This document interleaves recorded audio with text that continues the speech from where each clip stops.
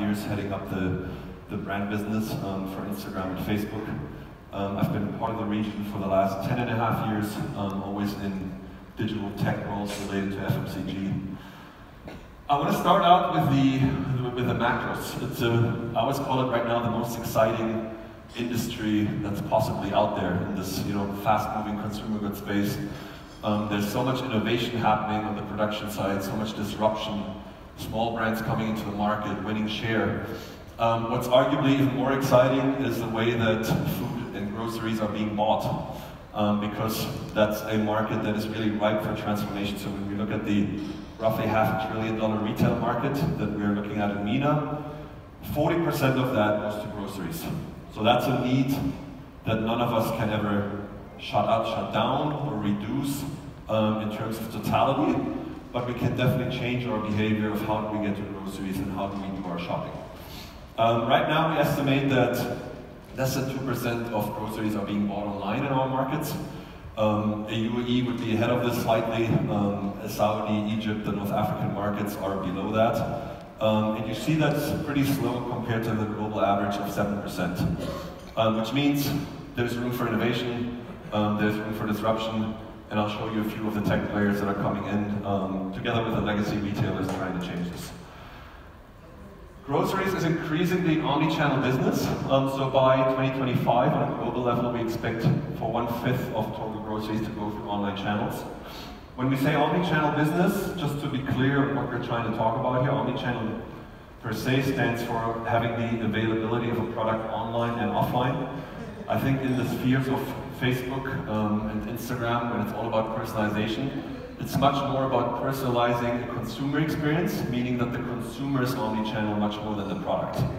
And again, the platforms, the personalized space of a newsfeed as Instagram and Facebook feature offer a lot of opportunity there to personalize a consumer journey, and that's something that both retailers and distributors have reacted to a lot. So 1/3 of people in the Middle East have already bought groceries online, roughly. So that's not a slow business, that's based on the fact that people are looking for convenience, partially people are looking for value, the perception that I may get it cheaper online is prevalent, but overall people are very aware of the opportunities, replacing the top-up experience of actually going to the market just in the delivery culture that we live in, replacing that the door-to-door delivery. Taking a step back now and really just looking at the macroeconomics, and with that the challenges that a lot of people here in the room and our businesses have faced in the last year. So right now the key markets in the GCC are on par in terms of GDP development with the European Union. That's not very gloomy, but that's also not great. Given that we live in emerging markets, 2–2.5% is not good enough. There is some positive indicators, the diversification and moving away from oil revenue, the inflation is pretty stable. Consumer confidence is slightly up after the VAT introduction, and that overall reflects on consumer behavior, but fact of the matter is that we've been facing a lot of bad news here in the last year. So government subsidies being cut with that, less disposable income for families, which really makes them think about their purchasing decision, considering what they're actually buying and where they're putting their money. In the global context, the news in F&B were driven by mergers, mainly acquisitions. What stands out here is the game in coffee. So I think both Coca-Cola with the Costa acquisition, obviously the point behind this is getting brick and mortar into their franchise. Coffee generally is very high in margin, it's very teachable in terms of distribution, supply chain. You increase addressable market size of beverages from 0.8 trillion on a global level to 1.5 trillion just by adding coffee to the non-alcoholic beverages. So it's big business. The other headline I would say is innovation in beverages, so moving away from sugary options, which is related to excise tax, which is something that our region has been experiencing last year. Overall, these headlines do reflect also in our region, the taxes led to a price hike. With that came a demand slump, also the fact that a lot of people had to leave the region due to Saudiization, Emiratization. Suddenly there's 1 million less mouths to feed. And that put a lot of pressure on producers as well as the outlets in terms of selling. Another trend just to be aware of is that consumers are moving to healthier options. I think Prince Khalid is announcing the launch of the first vegan fast food chain in the region is only one indicator of that. But overall, people are much more conscious about the question, what am I putting in my body? Where does it come from? What are the ingredients? So that's a key topic to come to keep in mind. So these macroeconomic indicators did reflect in 2018 on how F&B brands communicate. I think the one trend is moving away from commoditization. If we look at the waters category, there's stories and brand personas being built, trying to premiumize a formerly fully commoditized category. We see a lot of product innovation when companies try to de-emphasize the sugary options, which are now taxed and therefore more expensive. And then in other categories like snacking, the price war has been fully on. So it's a fully promotion-driven market. We estimate roughly 65–70% of the key snack producers' revenue are coming from promotions by now, which is something that if you've been living here in the region for a while, was unheard of just 5, 6, 7 years ago. In communication, brands are also a lot more cognizant of the fact that the local nuance helps them build their brand. One great medium that we've seen coming to life there is Instagram TV and Instagram Stories, so that which brands fully utilize with long-form content to tell their local story, emphasize their local heritage, all in the context of giving consumers confidence and kind of having visibility and transparency in the value chain and where is the product from. Overall, Instagram and food has been a strong marriage, and if you think about Instagram Stories, the latest phenomenon, be conscious that today already in our region 1/3 of all stories produced and viewed are from businesses. So it's a lot of people like us sitting here, consumers, building stories, but brands are jumping on this, or have been jumping on this ship pretty quickly. And you see some of the work that's been coming to life here in the region across different sub-verticals in the food and beverage sector is quite innovative. Is making great usage of the full screen vertical format that doesn't cater to an audio-enabled environment. So if you follow these stories, you can still all follow them even though there's no sound enabled. Generally, the consumer in our region never had more choice. And a lot of these players are sitting here in the rows, so you all know the disruption that's happening in the grocery space. If we think about what Walmart did in the US and how they became very successful with, it's actually the merger of an online and offline pickup model. So I order online, I get the convenience factor, I save time, but they still drive me into the store for me to pick up my bags. We see that as a fairly successful, or we see that as a model with high potential in our region, simply because the in-mall experience in a country like Saudi won't be replaced. There's other players like Amazon now obviously strongly pushing into the market. If you think about what Amazon Fresh delivers in terms of value proposition, the promise is to have the groceries fully packed at your door within 2 hours. Carrefour is actually topping that by now with Carrefour Now. The value proposition is delivery within 1 hour. The fact of the matter is that you name them Spinneys, Lulu, everyone is trying to develop this omni-channel proposition and cater to the need that consumers want to buy more and more online and replace the instant trip with a convenience factor. There's also the pure players like Saad Fresh in Saudi, like InstaShop in the UAE, El Grocer, that just act as a mediator technology, connecting the retail outlet with consumers, not being responsible for the full value chain. They don't have stock, they just source from the convenience store around the corner, and their promise is the delivery. What's also been apparent is that on a local level, we see more innovation in catering to very specific local needs. So the GCC is one of the few regions in the world where people actually like to buy in bulk. In every Lulu that you go to in Saudi or every Panda, you actually see there's bags of rice of 25, 30 kgs. That's not something that we see in other parts of the world. And that behavior has reflected on the innovation in tech. So there's a player now in Dubai called Bulkwiz that is actually focusing on delivering large quantities at a low price point, pure player, fully online. Hello Chef, and I'm really just not highlighting companies here, I'm just giving you a few examples for you to see the innovation in the market. So another innovation of very specific recipes, mostly in the vegan or vegetarian space, so catering to the increased demand of actually healthier nutrition that we see in the market. So overall, expanding local choices through the help of technology. Where do Facebook and Instagram play a role? So these are communities that host billions of people on each platform. And I think the great element about the community building is that people talk to each other or talk to others. So we have influencers here in the room today with millions of followers. People want to learn from others, and likewise people are very happy in the food and beverage space to share their knowledge. And the way this reflects on the conversation, or the overarching topics that we observe there, are the ones listed here. So I already tapped on the convenience factor, but it is more and more about local, where did it grow, where does it come from, is it organic, what is the quality that I'm getting for my price, and then obviously the very specific food demands of is it vegan, gluten-free. These are the conversations that in volume we observe more and more on the platforms. What's interesting to hear is, or to think about, is the rise of private labels.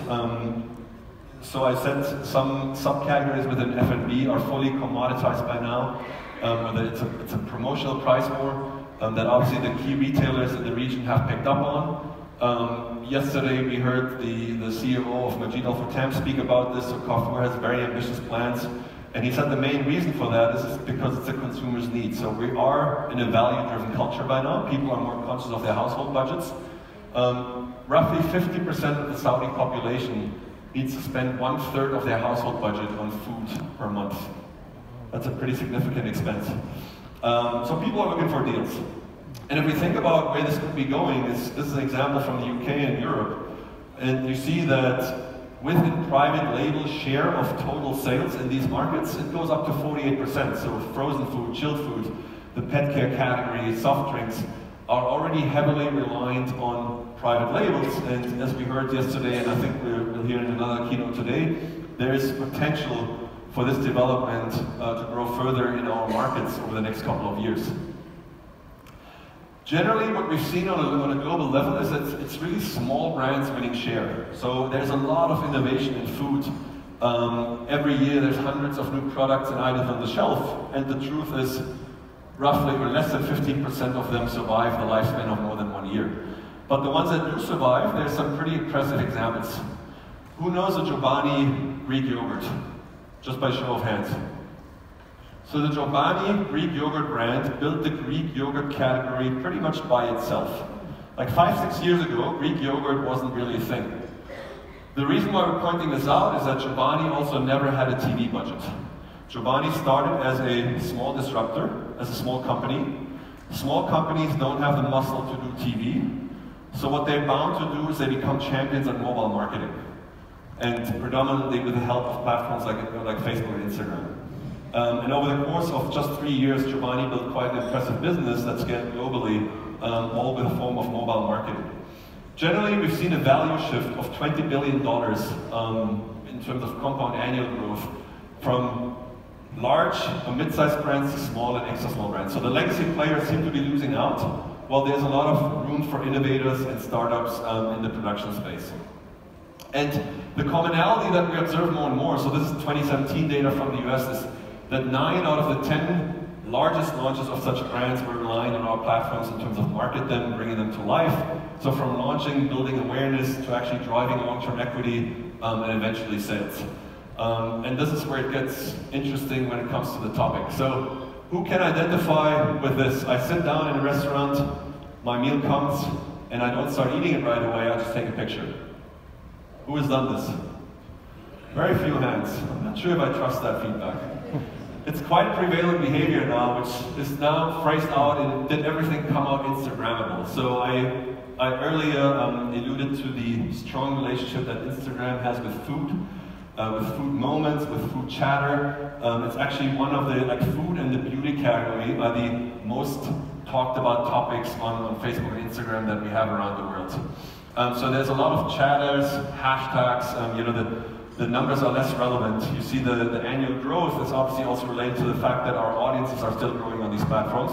But food seems to be one of the topics that people can't get enough of when it comes to both sharing knowledge as well as acquiring knowledge from other people or influencers or brand entities. And in Saudi, this is a phenomenon we observe in an Uber index. And Saudi is just one market that I use here as an example, but the Saudis' love for Instagram is tremendous. So you see they Uber indexing on all key metrics when it comes to Instagram usage versus the global average, so video views, time spent, sessions per day, quite impressive. Same then when it comes to food moments. So what do people actually talk about? And you see here that food or coffee are highly Uber indexing with the rest of the topics that Saudis like to talk about on Instagram as well as on Facebook. So we see very similar tendencies, which kind of makes sense. I mean, the platforms are, by the nature of usage, fairly similar. When it comes to grocery shoppers and what Saudis actually use to connect, we're lucky that we have 3 of the prevailing platforms within that ecosystem. So Facebook, WhatsApp, Instagram, I think we all know it from our own behavior within our daily usage. That's where people look up information and eventually connect with others. Now, what we always find interesting is comparing our markets here to what is globally perceived the predominant digital market, which is the US. Everyone thinks, oh, the US is so much more developed than our markets here when it comes to digital usage. Now, I came to the region in 2008, and I was in a digital or in a tech role, and I looked at the top line metrics for the region, and I saw Saudi has a smartphone penetration of 250%. I was like, wow, I've never seen that in any other country. So I would argue that this part of the world was much more developed digitally from a consumer behavior than the rest of the so-called developed world. Meaning we have much more of an opportunity to actually reach people online in our region. So compare that to the US numbers. You see here in all key metrics, a market like Saudi is actually Uber indexing versus a market like the United States. The mobile phone is always in our pocket. So at Facebook, we have studies that we touch this device up to 2,000 times a day. That's a lot of opportunity. That's also a lot of distraction, both from a user behavior as well as from a brand perspective. But be conscious that the mobile device is a great opportunity in key moments. So people in our region use Facebook and Instagram while being at the point of purchase, while being in that social occasions where food and beverages play a role. So both Facebook and Instagram play a key role. Supermarket checkout, great moment for time targeting. The snacking producers here in the room, they will confirm to you that they had trouble driving revenue around the checkout at the supermarket.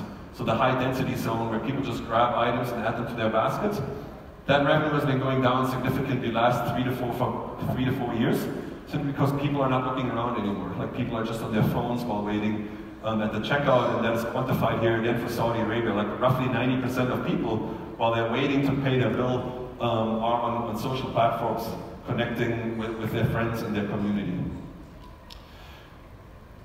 Be mindful that mobile communication is much more than being seen. So again, for Saudi Arabia, we've come to learn that roughly half of our Instagram population has had that moment where they say, I'm inspired by a food item that I see on the platforms. I find it's a craving opportunity, it's appetite triggering, and then we see that a large percentage share of these people are actually considering to either buy that item or try to cook it myself, or somehow take action after that and end up buying it.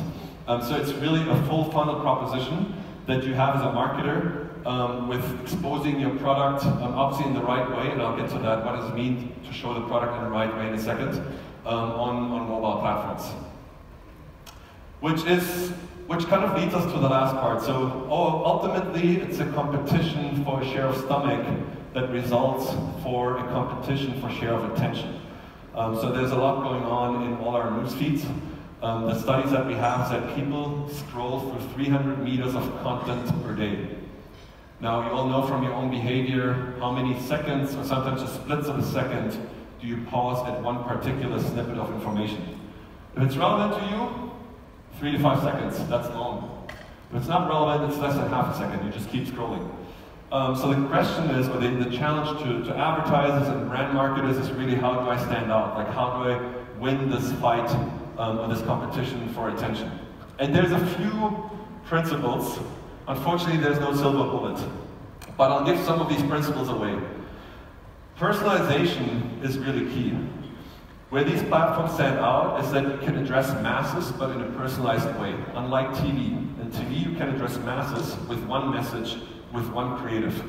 Now, the personalization goes beyond communication nowadays. So there's water brands, partially here in the market now, that do a really good job addressing sub-segments within their target audience with relevant packaging. Just to drive up relevance and consideration, and with that trial and hopefully loyalty if the product is good. So personalization at scale, as we call it in communication, means leveraging the targeting capabilities of the platforms in a way that you understand sub-segments of your audience. Meaning if I address moms, 18 to 45, that's a very, very broad audience. Now obviously within that millions of audience, they have very different interests. It's different things that trigger them. So I might as well want to show them that in my communication in a personalized experience. The power of mobile creative is almost infinite, but it's also, or it seems to be very difficult to get it right. So that vertical screen, right now I see a lot of phones going up. The majority of the phones still goes up in a horizontal mode, which is kind of replicating TV. But the natural behavior of being on your phone is in a vertical format, right? Like we don't really want to flip our phone while consuming content. And it seems to be the overarching challenge to the creative industry to move from a TV screen format, as the one that we're looking at here today, to the 9:16 format, which is quite the opposite of horizontal. And deliver a message within a split of a second, deliver the branding components and the equity of a brand within the first 3 seconds, and do all that while not being able to rely on sound.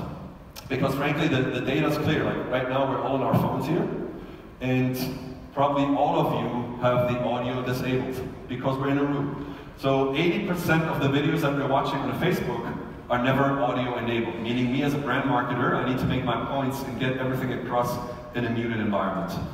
And that's not easy, but on TV, the greatest TV commercial also wasn't the first one that was ever being built. So there's a learning curve behind that, and as Facebook, we're here to help. But overall, what you see here, mobile creative can be quite inspiring, and it can be quite playful. There's a lot that you can do with a mobile screen here, just by split screening or using a 3D effect, and just bringing a product to life in a really creative way that triggers the craving. So as food advertisers, we want to trigger the craving and somehow drive that retention in the head, so next time the consumer's on the shelf, he will remember that moment and choose us off the shelf. Augmented reality, or I just alluded to the playfulness of ads, so there's more and more opportunity there, these seemingly low involvement categories, to make them much, much higher involvement, and to involve the consumer. And you really just drive brand affinity, and with that, ongoing consideration. So one example here from Maggie, but we're seeing more and more in the food and beverage sector, and building these camera effects or lenses or whatever you want to call them is actually not that hard, but it triggers quite a natural level of curiosity with consumers, and they want to interact. The power of messaging is, I think, the next big chapter in digital transformation, where Facebook, we are arguably playing the leading role with WhatsApp. We have now 1.7 billion people around the world on WhatsApp. We have another 1.6 billion on Facebook Messenger. The power of messaging platforms will come to life more and more, simply triggered by your demand for instancy and for the on-demand culture. You want to communicate when you want, not when the hotline is available or not when the customer service is ready for you. And by the convenience factor once again. So I might not be able to finish a conversation right now, but the history of that conversation is super important, so I can't hang up the phone even though I've been in the hotline for 20 minutes and it's quite annoying. All these problems are being solved with bots or with the power of messaging. So we're estimating by 2021, 85% of consumer interactions with businesses will be non-human. The power of messaging here plays a key role, I think, or if you had the chance to follow the example on the right from one of our key partners in Egypt. In the F&B space right now, messaging has the potential to consult, to inspire, to feed tips, recipes, etc. And that's luckily something that we see brands pick up more and more here in our region. And then last but not least, always focus on what matters. So often the question is, was my Facebook campaign successful? Oh, it wasn't, I didn't get enough likes. Or was my Instagram content good? Not many people shared it. Ultimately, it's not about that. Like, you're here to sell product. So focus or never lose your eyes of the real price, and that is, building market share, household penetration. And as Facebook, we're particularly proud to be the only digital company right now in the market that brought the methodology to the region to be able to measure sales lift off of your brand campaign. And we see that's been working well for CPG advertisers, which gives them more confidence in their platform, platforms and in their mobile marketing, that Facebook and Instagram don't only build brands, but they also successfully sell product. And then I alluded earlier to an omni-channel experience. Make it a consistent consumer experience along the funnel. So right now, you're building a brand, you're selling it in online or in traditional as well as online touch points. Make sure that you drive people through one holistic experience down the funnel and close the loop. And you saw, or I hope to be, that I was able to visualize how these platforms can play a role at every stage of a marketing funnel. With that, I want to close it and hand it over to a mini Q&A. And yeah, I'm going to ask you what stories you will tell on our platforms. Thank you very much, Jochen. Thank you. Yes, interesting, isn't it? Very interesting indeed. So yes, we're going to go to the floor if you've got any questions for Jochen. If we can keep it on the topic of the presentation. So any questions? Hands up. This lady here at the front. It's coming, the microphone. You can hear me, right? I hear you, yeah. So I wanted to know if you had any... Just a second so everybody else can hear you. Hi. There you Thanks. go. Hi. I wanted to understand if you had any advice on how to market niche products. A lot of the marketing that happens is products that people are either already aware of or are curious about and are looking out for. But how do you market a product which people are not aware of, especially, for instance, in this region, vegan food, which not a lot of people know about. So how would you go about doing that using platforms? Yeah, great question. I think the mobile platforms that understand their audiences to the granularity as ours do are actually the only opportunity to market such a product effectively. Because while launching, you don't want to go mass, right? So an out-of-home billboard doesn't help you. A TV ad doesn't help you. While on Facebook and Instagram, you can sniff out the people that talk about vegan food, that had a conversation, that read an article, or that somehow dwelled on the topic. So we call that interest-based targeting. It's a standard capability within the platform. So the recommendation would be to actually look at that segment, deploy an ad, and slowly but surely build awareness and make sure that this very niche segment grows into a larger audience that is hopefully aware of your brand at some point. I think it's a good question because I think many businesses, small and large, not necessarily understanding social media, feel like they need to be on every platform. And if you're out there, then people will come. And what you've demonstrated very well, that that's not necessarily the case. It's about targeting and understanding those messages and where they're going to which audience. Correct. So the SMBs, or the small and mid-sized enterprises, make up the majority of Facebook's revenue. And that is solely due to the fact that if I'm a small SMB owner, the resource restriction is natural. So I can only do one thing. And if I want to do it well, I also don't have much time or money. So that's where these digital platforms can play such a key role of actually, addressing my key segment without, having to spend a fortune. Any more questions? Gentleman here, Kevin.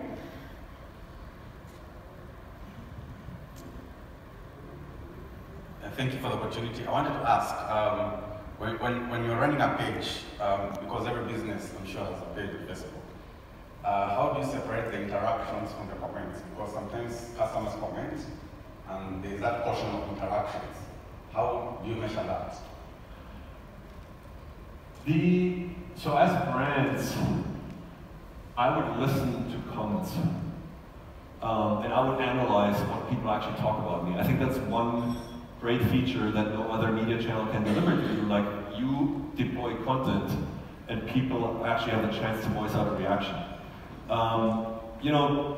what I get from marketers, there seems to be an over-concern to negative comments or to criticism. To a certain extent, I would actually embrace that. Mindful that people with negative feedback are a bit more likely to post it than people that are neutral or that have positive feedback to your content. But such a sentiment analysis is pretty standard in the industry. There's third-party suppliers that can help with that. So look at the actions or the comments that are being taken at scale on your page and just analyze the underlying tonality and what does it mean to you as a brand. And that's something that we recommend. Like, we wouldn't just say ignore the comments. No, like, these are your users, these are your potential customers, your loyalists. So at least listen to what they have to say. It can be quite inspirational even for the next product launch or for the next innovation. We've got time for one more question. Yes, this lady here. Thanks for the interesting presentation. What advice would you give to new brands who are just about to launch? We are working with a marketing agency, but surely you've seen mistakes being made in the beginning that we really want to get right from the start. So what sort of advice would you give starting this process? Yeah. Look, we all want to get it right from the first ad, from the first post. The reality is there's a bit of a learning curve. So I think I mentioned the example earlier that the first TV ads that any business here in the room ever built probably wasn't the perfect example, and that's the same for the online or for the mobile marketing space. So the biggest advice I have on that is actually give yourself the room to fail, but then learn from the failure. So just don't fail twice.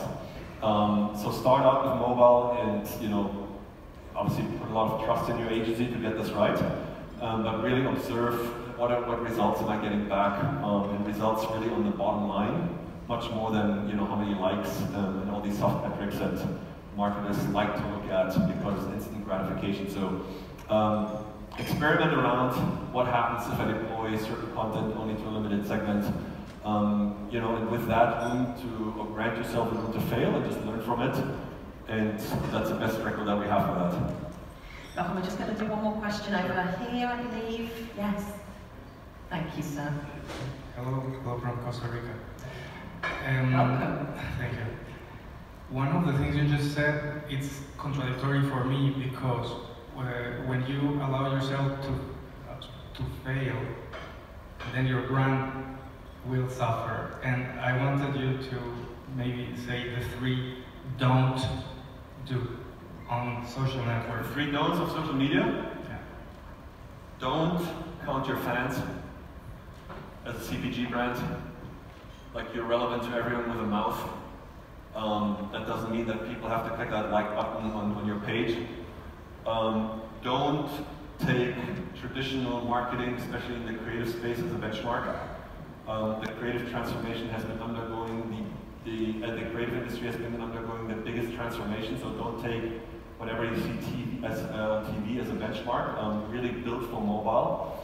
And I would say, don't be discouraged by failure, because like I said, so we work with all the big multinationals, with all the large local advertisers, and I'm yet to see an advertiser that gets it right. Not even in the first week or month, but sometimes it takes years. So I do believe that room for failure is something that's natural, but as long as you learn from it. Thank you very much to Jochen Bischoff. Thank you, Jochen, head of FMCG for Facebook. Thank you so much, indeed.